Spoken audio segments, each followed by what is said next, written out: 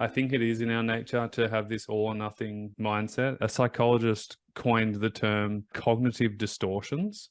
And there's 10 cognitive distortions, and one of them is black and white thinking, all or nothing thinking, among with other things of like negative bias. So only focusing on the negative, not the positive, or judgment thinking, or should and shouldn't thinking. So there's 10 different cognitive distortions. I'd highly recommend you Google that, 10 cognitive distortions. But one of them is all or nothing thinking. And it's so great. I forget the psychologist who came up with it, but it's really good because as soon as you become aware of it, you can kind of call it for what it is and change it. And so I love it because of that. Which one of the 10 are you doing right now? Oh, there I go again. I'm doing that all or nothing thinking. And as soon as you can do that, then you can call it what it is, and then that you can change it, you know. But until you're aware of it, it's very hard to change because you're stuck in it. You're in the behavior. So we need to get outside of ourselves to see it for what it is. And it's like, black and white thinking, not great. Hilarious that you're wearing a white t-shirt. I'm wearing a black t-shirt, by the way. If you're watching this on YouTube, you'll see. And what we need to do is find the middle ground between the black t-shirt and the white t-shirt, which is the gray area. And there's that middle part between the two where it's neutral. It's not good. It's not bad.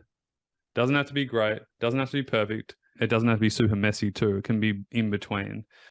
I think most people, especially guys who are working on their baseline, feel like they have to be and have the perfect baseline. In fact, some of them feel like they have to be the perfect student. And maybe that's come from their parenting from 30 years ago, 20 years ago. This is how you must study. This is how you must show up. This is the grade that you have to get in order to be a good human being, which is just so not nice, not a nice way to live.